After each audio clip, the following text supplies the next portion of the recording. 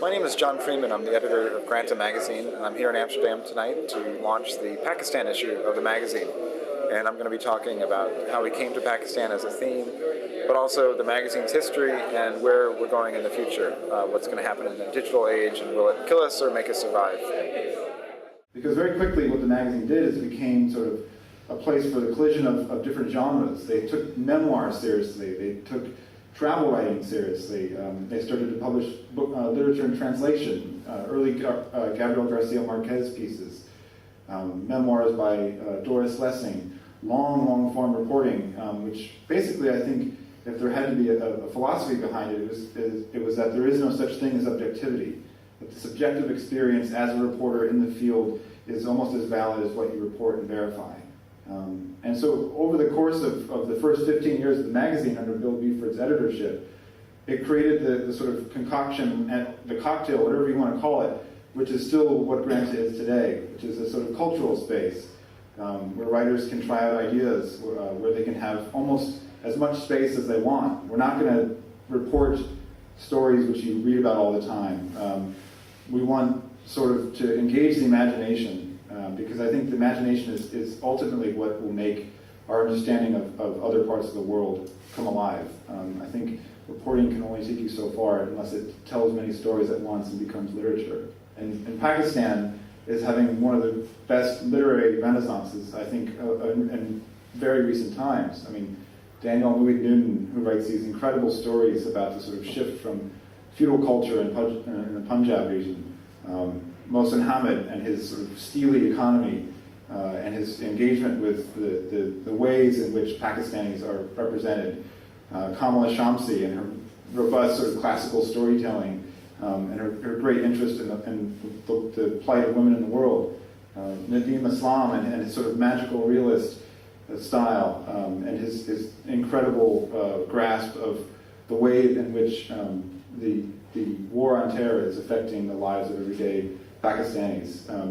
These are in any time that this group of writers would be significant. There's a short story prize in Pakistan called Life's Too Short, through which we found the writer that we're introducing in this issue is a 79-year-old retired former bureaucrat from Islamabad who spent most of his time traveling around the northwest frontier province as a kind of government man and writing short stories but never finishing them.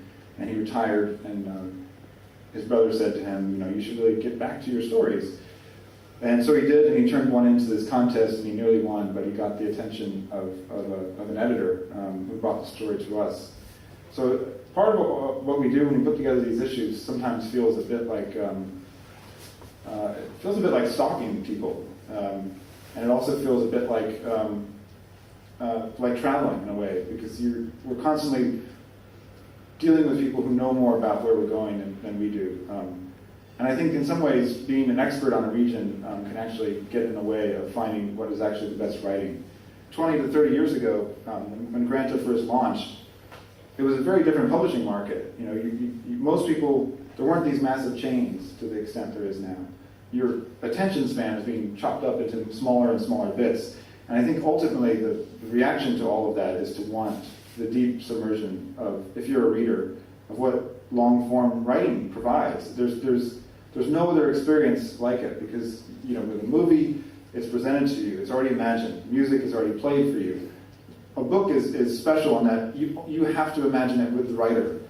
And I think there's something about that experience that is, and I'm not trying to be mystical here, but there is something very magical about that. And I think it is the cure to what we feel when we're feeling overloaded with information. And so in some ways, the forces which are making it harder to publish are making it more necessary to have literary magazines. That doesn't mean it makes it easier to publish them. And so what we're trying to do with the magazine is combine those two things in a way, to try to use the thing which is killing us to make us stronger. So we're trying to be both things now, a print journal and an electronic journal.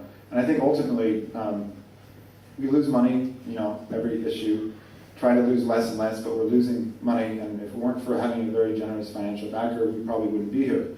And that's the reality of magazine publishing these days. Many literary journals in America are becoming nonprofits. Many literary journals in America are attached to universities. Many literary journals in America are attached to a wealthy owner. And this is the reality of publishing a journal larger than 1,000 or 2,000 copies. Once you get above that, you start to run into problems about how to distribute your copies. And you start losing more money for every copy you publish up to a certain point, and then you start making it back. So, from a Dutch perspective, a circulation of 55,000 is astronomical, and it is rather disturbing to hear that even at that rate of circulation, Granta is still losing money. Yeah, no, there's a number that we have to get to, you know, of either the print run or the subscriptions where it will break even, and it's a ways off. But I think we can actually get there, but it's just through, you know, thinking of not just publishing in America and England, but the world. For example, the Pakistan issue. Our Indian distributor took 5,000 copies, which is 10 times the normal amount of copies. You know, we sell more copies in bookshops of Granta in New Zealand and Australia than in Britain, which is very odd because Granta is based in London. Some of that has to do with how terrible the bookshops are becoming in England. You know, but it's an uphill battle, but it's sort of fun. I don't know. I like it. It's much more fun to build something than to inherit something that's coasting along. You know, I think having to fight for something is a clarifying experience. Part of the reason why I'm here is to talk to Dutch publishers about getting a Dutch Granta going, which is a challenge given that so many readers in Holland, you know, if something is in English, can read it in English and will read it in English first. But our foreign language editions of Granta are not word-for-word translations of each issue. So Spain, for example, has been running issues for 8 years, but they take half of their issue from the entirety of Granta's archive, and then commission another half of an issue in correspondence to a theme that they designate. So it's almost like having a sort of cousin to Granta that is related to us, but not entirely of us.